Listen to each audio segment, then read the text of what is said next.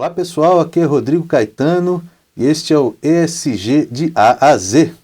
Hoje em vídeo, entrevistando Carlos Brandão, CEO da Iguá. Tudo bom, Carlos? Olá, Rodrigo. Tudo ótimo, obrigado pelo convite. É um prazer conversar contigo aqui e o tema para a gente é fantástico. Tema fantástico, tema importantíssimo que é água e saneamento, né? A gente acabou de voltar lá de Nova York, onde teve a Semana da Água, né? Fazia mais de 40 anos que a ONU não fazia uma conferência sobre águas e a gente falava como isso é contraditório, considerando que o mundo é quase todo água, é mais de 70% água, né? Planeta Água. O planeta Água, exatamente. Mas, de qualquer forma, parece que o assunto está voltando aí ao mainstream, né? E aqui no Brasil também grandes mudanças. Queria, enfim, que você desse um panorama aí sobre como que você enxerga o setor de saneamento hoje aqui no Brasil e também onde a Iguá se encaixa aí nessa transformação. Legal, legal. E falar sobre saneamento e o nosso momento é maravilhoso, ainda mais o que a gente está vivendo agora, né? Essa atenção para o setor, né? O foco na melhoria da infraestrutura, o potencial de impacto que isso traz, né? A gente enxerga uma mega oportunidade, né? No nosso papel especificamente, seja de prover água, distribuir, entregar água para as pessoas, seja para reduzir o nível de perdas, ainda tem uma oportunidade muito grande de redução do nível de perdas na distribuição, intermitência. Então a gente tem ainda um trabalho muito importante para a gente alavancar e melhorar a qualidade de vida das pessoas, né? Mas como você bem lembrou, não é só água o nosso papel, né? O tratamento, a coleta do esgoto é chave também, né? Para reduzir doenças, reduzir absenteísmo na escola, melhorar, né, o bem-estar social. Então a gente tem, né, uma oportunidade na nossa mão, né, de fazer uma transformação, e estamos fazendo, né, brutal, né? A nossa companhia ela tem essa pegada, né, de revolucionar, de transformar, de mudar a vida das pessoas. A gente tem um caso muito legal em Cuiabá. Cuiabá para a gente é emblemático, né? Porque Cuiabá foi a operação, né, do município de Cuiabá, que a gente pegou no início da operação da Iguá, em 2017, uma situação bastante complexa, né? Falta de investimentos, intervenção do poder concedente, então um ambiente de descrença da população. Então foi quando a gente chegou. E aí a gente chegou do lado da água, né, não tinha universalização, muita intermitência. Do lado do esgoto, 50% de cobertura, muito longe das metas de universalização. Então, esse foi o ponto. E, né, uma descrença generalizada. Né? Passados 5, 6 anos lá, a gente saiu de 50% para mais de 80%. Né? Investimos quase R$ 1 bilhão nessa operação especificamente. Zeramos a intermitência, entregamos a universalização da distribuição de água, agora estamos focados na redução de perdas. Então a gente mudou completamente o ambiente, né? O poder concedente hoje se posiciona como a prefeitura do saneamento, né? Onde foi uma revolução entregue, maior investimento per capita em esgotamento sanitário do Brasil, né? Mudamos 23 posições no ranking de Cuiabá em relação, né, à cobertura e entrega dessa infraestrutura. Então é fantástico, né? A gente, olhando para a média do Brasil, a gente investiu 3 vezes mais per capita do que a média das capitais brasileiras. É interessante porque o Brasil tem infelizmente um problema histórico de saneamento e ainda hoje índices que a gente comentava quase medievais, né? O que é um absurdo porque desde a época dos romanos eles já faziam, né, saneamento, mas enfim, e a gente ainda está nessa luta. De qualquer forma, me parece que há uma ideia, como sempre aqui no Brasil, de que mas ninguém faz isso porque não aparece, porque não dá voto, né? Mas quando eu olho, e aí você trazendo esse impacto social do saneamento, me parece que isso é uma ideia completamente errada. Porque eu fico imaginando o cidadão que abre a torneira e não sai água metade do mês, quando passa a sair água todo dia ali, né? Esse cara muda de qualidade de vida, assim, 200%, né? Exatamente. Então, quer dizer, é uma coisa que sim, aparece para a população, um impacto gigantesco, né? Gigantesco. Eu acho que essa foi uma mudança de mentalidade.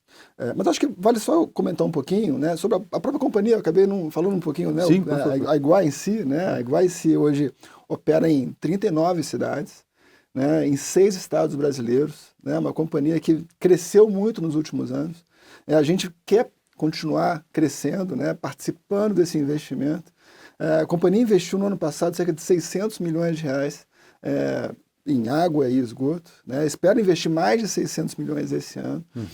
Entrou num município importante, que foi o Bloco 2 do Rio de Janeiro. Sim. Né?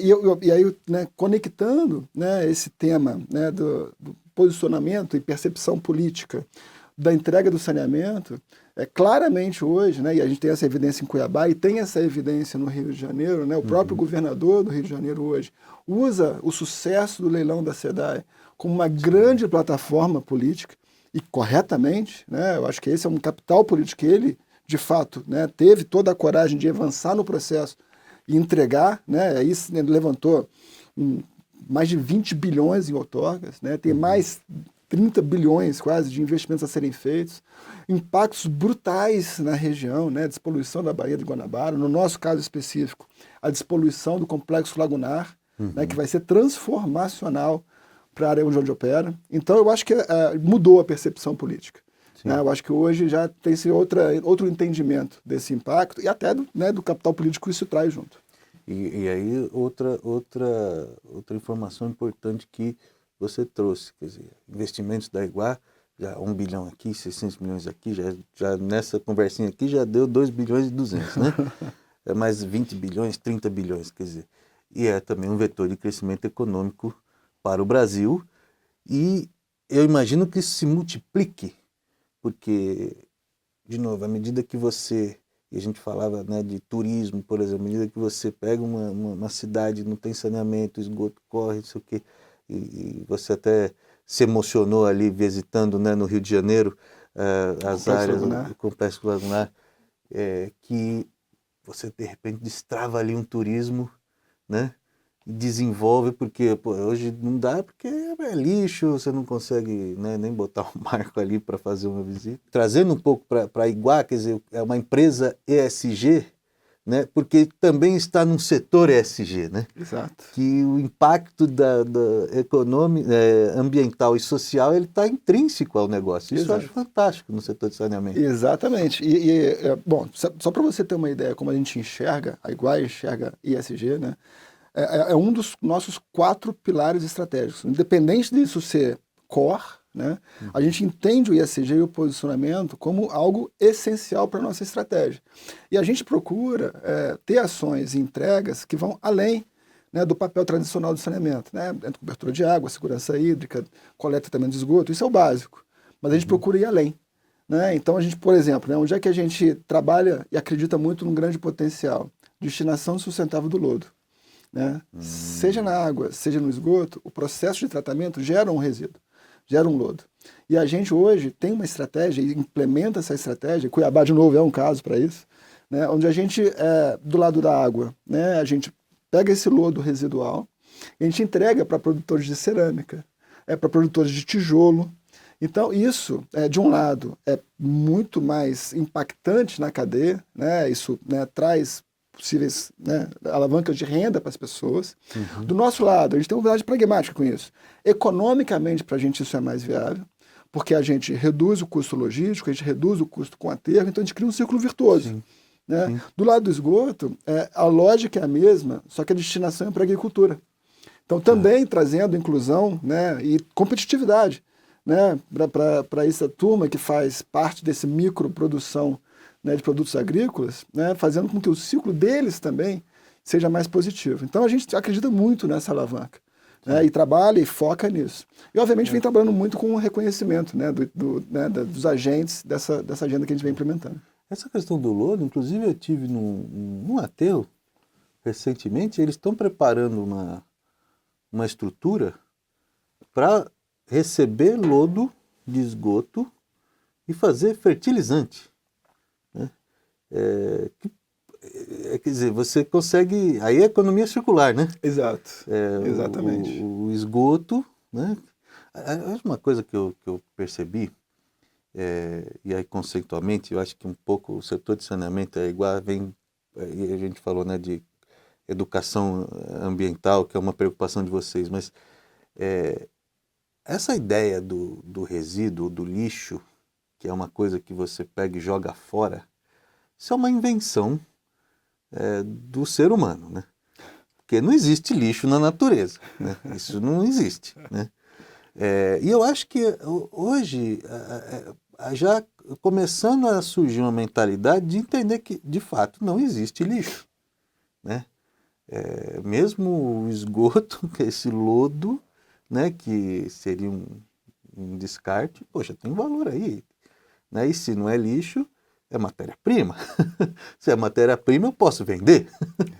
Perfeito. Né? Então, assim, essa mentalidade que eu acho que está mudando vai ser muito importante não só para o setor de saneamento, mas para todas as indústrias. Sem dúvida nenhuma, né? Eu acho que, de novo, eu acho que isso cria mais um elo na cadeia de negócios que, né, tem um potencial de,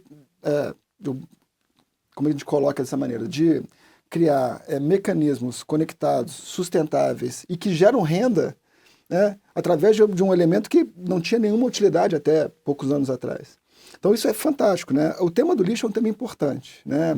Apesar de não ser o papel das empresas de saneamento, né, nós, como, né, o nosso grupo, a gente já vem fazendo algum papel, em especial no Rio de Janeiro, tentando fazer um papel de novo que vai além da nossa cadeia, né? Uhum. A gente vem fazendo um trabalho muito bacana, prévio às grandes intervenções nas lagoas, de retirada de lixo bruto. Tá. Então, desde que a gente assumiu a operação, a gente já retirou mais de cerca de 150 toneladas de lixo, né, da Lagoa do Camurim, que é uma lagoa que interliga Tijuca e Jacarepaguá. Então, a gente tem muito orgulho desse papel e além disso, em paralelo, fazendo trabalhos de educação socioambiental. Sim. Porque se a gente também, né, não conscientiza a população que eles têm um papel nessa cadeia, sim, você fica enxugando gelo. Né? Então, a gente enxerga como um dos papéis, né, dessa busca pela sustentabilidade, que é trazer essa consciência para a população. E a gente vem fazendo isso com bastante frequência. Né? De um lado, fazendo próprio, né, processos, né, e ciclos de educação socioambiental e recrutando pessoas que possam ser multiplicadores.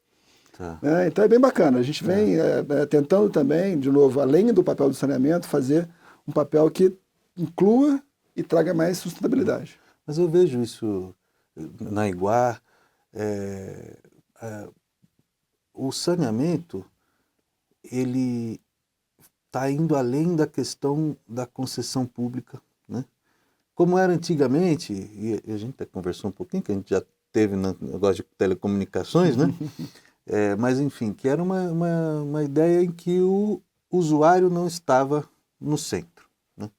O fato é esse, quer dizer, o objetivo ali era, claro, não estou fazendo crítica às empresas de hoje, nós estamos falando de uma situação do passado em que todo mundo sabe que teve muita confusão nessa área de telecomunicações, mas pensando nas empresas de saneamento hoje, em especial na Iguar, eu vejo que há essa consciência maior de que o usuário tem que estar no centro, né? Então, claro, você recebe uma concessão, você tem um investimento para fazer, você tem que prestar conta ao governo, né?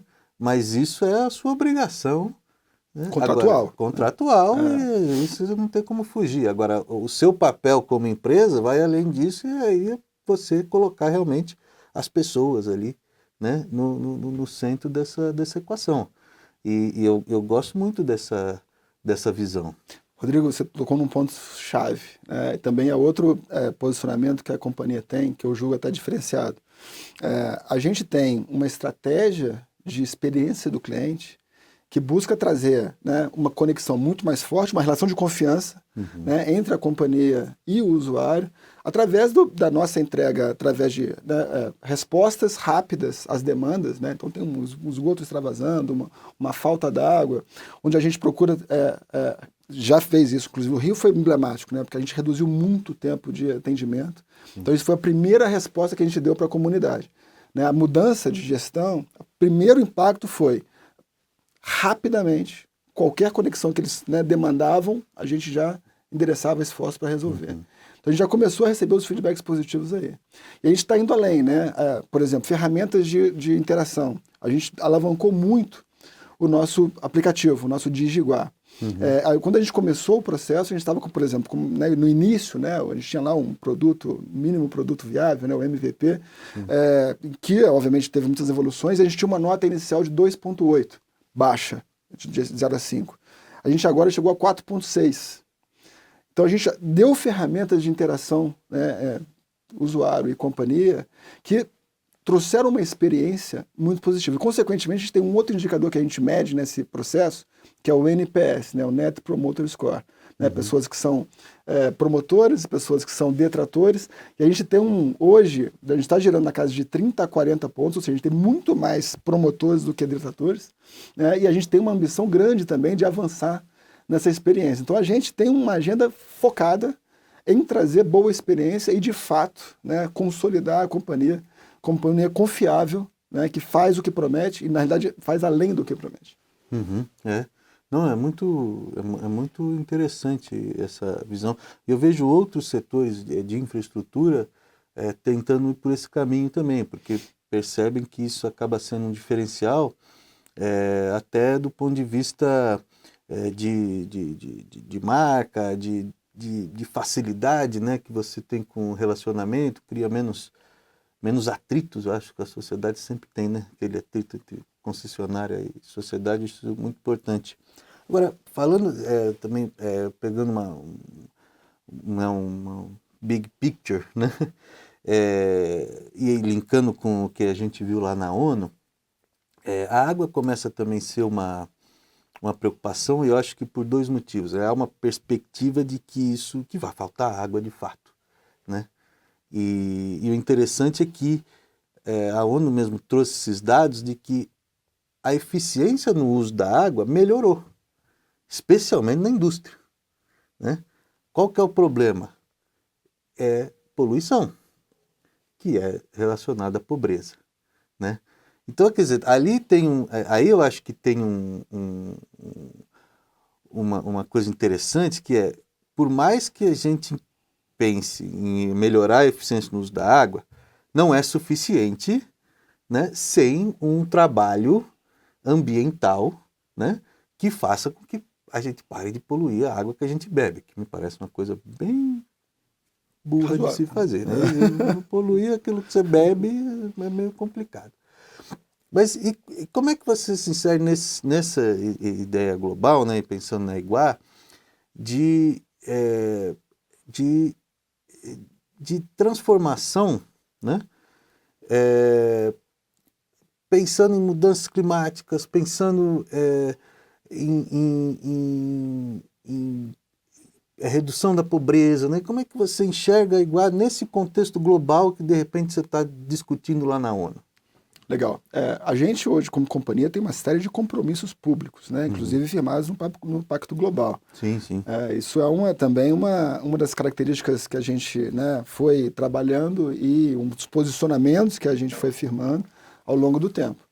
E um dos posicionamentos falando de mudanças climáticas, a nossa meta de net zero, né? Geração de carbono zero até 2030. Até 2040, desculpa. Então a gente vem agora, né, com um plano super agressivo para a gente buscar esse resultado.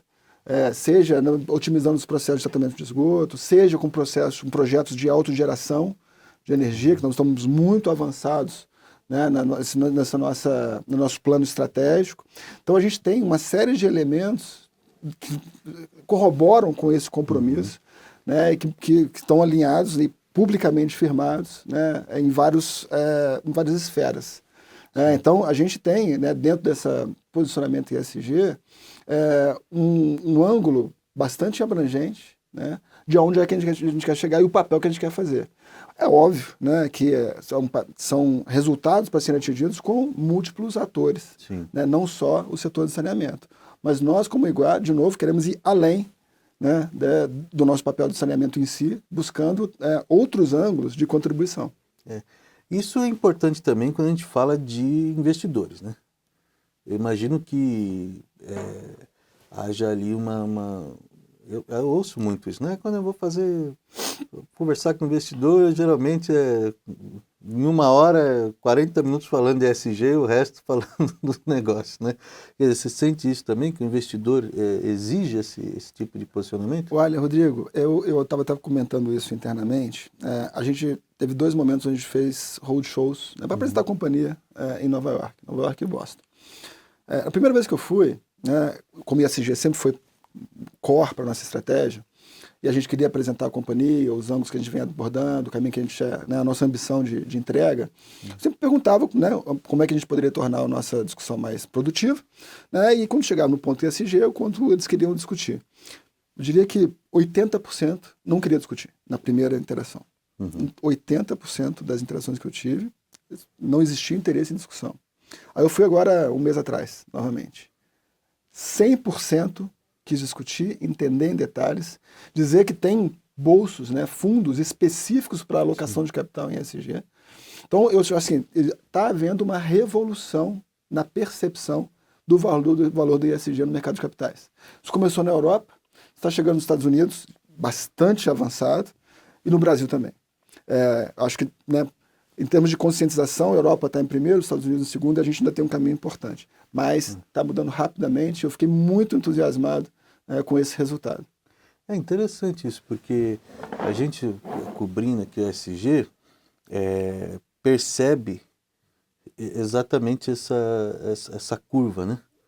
É claro que se começa a falar de ESG, né, ali por 2018, 2019, né? Mas a coisa ganha em termos de conscientização, talvez, em termos do termo, ganha realmente com a pandemia, ele cresce, né? Mas ainda não se refletia justamente nessa questão do mercado financeiro, tanto que quantas matérias a gente fez aqui falando que, olha, falta, né, o prêmio para o ESG, mas me parece agora que a coisa está virando, né, e você já começa a ter realmente um prêmio para as empresas ESG, né? Exatamente. E como eu falei, a gente tem uma abordagem muito pragmática do ESG, né, que de um lado tem por trás a entrega para a sociedade, mas tem também um componente de criação de valor para os nossos acionistas que é determinante também para o sucesso do todo. E aí a gente tem essas abordagens que eu comentei do lodo, eles endereçam, por exemplo, um ponto, né, de otimização operacional. A gente tem, por exemplo, o projeto de autogeração de energia também é um projeto que gera valor, né, ele contribui para o nosso projeto de net zero, mas gera valor, né, como um investimento. E a gente agora está trabalhando uma série de certificações para que no momento que a gente for fazer a nossa próxima emissão, isso se reflita no custo de capital. Obviamente, aumentando o valor da companhia, né, dado a importância do custo de capital, né, para a gestão do valor dos negócios. Então, isso vem acontecendo. Tá? A gente já vem tendo evidências, né, de que empresas compromissadas com o ESG têm um custo de capital menor e um retorno maior. Sim. Não, inclusive aqui na Exame, um dos nossos novos negócios é uma certificadora para títulos, que é a Teste ESG, né, que certificador para títulos tá bombando. Tá bombando. E acho isso muito importante, porque a força do capital realmente move montanhas. Exatamente. Não, e do nosso lado, como companhia, a gente já está comprometido a isso há algum tempo, e a gente teve as primeiras debêntures sustentáveis da indústria em julho de 2020. Né, e que com o selo do Climate Bond Initiative, que tem por trás, né, os compromissos que a companhia tem, por exemplo, de redução de perdas. A gente já está com essa agenda, né, cada vez mais forte, né, e gerando mais resultados. E falando um pouco do futuro próximo, 39 cidades? 39 cidades, mas o setor aí está cheio. São 5 mil cidades no país. São 5.700. 5.700. como é que você enxerga a expansão da Iguara? A companhia tem um driver, um viés muito orientado para o crescimento, né? É o outro dos 4 pilares estratégicos. Nossos pilares são eficiência operacional, gestão regulatória e contratual, que é importante, Sim. sustentabilidade e crescimento, né? Então, são os 4 pilares que a gente hoje persegue. O crescimento continua sendo uma agenda super importante, né? A gente quer continuar fazendo parte dos investimentos na infraestrutura, né, do setor no Brasil, pegando água, coletando e tratando esgoto. Né? Temos sócios com muito apetite de alocar capital, né? Fundos grandes com viés de longo prazo, né? Onde o negócio de saneamento tem um fit muito importante para os seus objetivos, né, de retorno, de pagamento de benefícios, né? Muitos fundos de pensão, né? E que querem continuar alocando capital no setor no Brasil. Já falando também sobre, né, potenciais de investimento, os números que a gente já ouviu são na casa de R$1 trilhão para a gente endereçar as carências na distribuição de água e coleta e tratamento de esgoto. Então a gente quer fazer parte disso. Continuamos buscando ativamente participar desse circuito. Sim. E, bom, como você trouxe, quer dizer, essa questão regulatória, que é importante, né? Tivemos aí um novo decreto, né, do Marco do Saneamento, e aqui a gente, sempre aqui na Exame, busca realmente trazer a importância, né, de não haver retrocessos nessa questão, porque a gente já falou aqui, é vergonhoso o nível do Brasil em termos de saneamento, e agora me parece uma oportunidade que a gente não pode desperdiçar. E como é que você enxerga esse processo, quer dizer, essa questão regulatória? Como é que você vê o que está acontecendo neste momento? Não, a preocupação da continuidade, né, dos processos, investimentos, licitações. Na realidade, o nosso ângulo precisamos que o país continue a investir e entregar resultados no saneamento. Quando você olha a série histórica, né, dos vários governos ao longo do tempo, com vários viés ideológicos, todos tinham o componente de saneamento como algo importante da sua agenda. O primeiro governo Lula, Dilma, Bolsonaro, e aí agora, né, um novo ciclo do governo Lula, onde a gente, né, queria entender se esse viés continuava. Sim, né, procuramos setorialmente entender qual era a visão, a agenda, recebemos a mensagem clara de que é um tema muito importante e que a continuidade, né, desses processos, né, que vão trazer capital público, privado, isso não importa. O que importa é que o investimento aconteça, né, e a entrega do benefício aconteça. E a gente recebeu claras mensagens de que isso é importante para a agenda, porque nos deu muita tranquilidade, né, porque o avanço do marco foi garantir que a gente tinha uma previsibilidade da meta a ser atingida. Então o compromisso continua. Então isso deu a gente agora a certeza que vamos estar apontando para a direção certa e vamos continuar, né, e nós como companhia continuamos fazendo parte desse processo. Até porque quantos anos são a concessão? Depende, mas, por exemplo, no Rio de Janeiro, 35 anos. 35 anos, vão ter muitos governos aí passando. Muitos governos passando, exatamente. E aí vem um pouco dessa responsabilidade social que você colocou, né? 35 anos, até eu acho que como CEO, né, eu imagino que você também tem essa preocupação, porque vão passar outros CEOs também, né? Sem dúvida. E ter essa... saber que esse negócio é para o povo, né? Aí vem um pouco, eu gosto dessa discussão e eu gosto de falar com empresas que têm essa consciência da responsabilidade social do negócio, né? Eu vejo que às vezes o empresário, o executivo, ele pensa que ser um líder é um direito dele, né? Eu acho que é mais uma responsabilidade. Gigante. Mais do que um direito, é uma responsabilidade. Exato.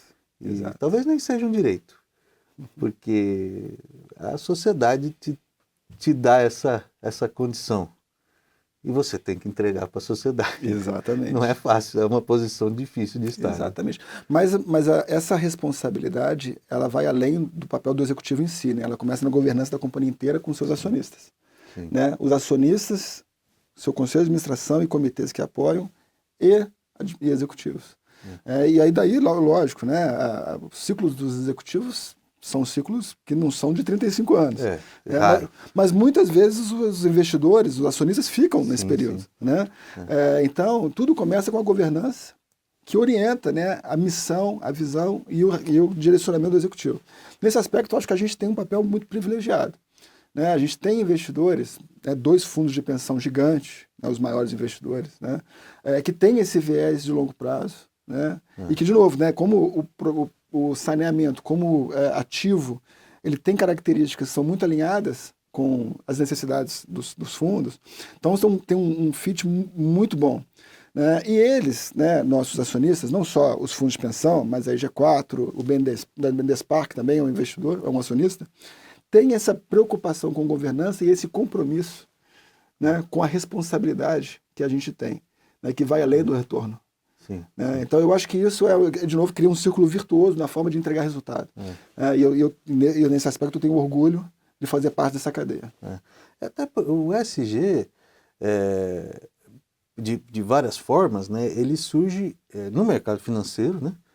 É bom, eu sempre gosto de separar. No ESG, ele não é exatamente o que é a sustentabilidade. Sustentabilidade é um conceito mais amplo. Exato. Né? Que aí nós vamos entrar até em questões filosóficas. Né?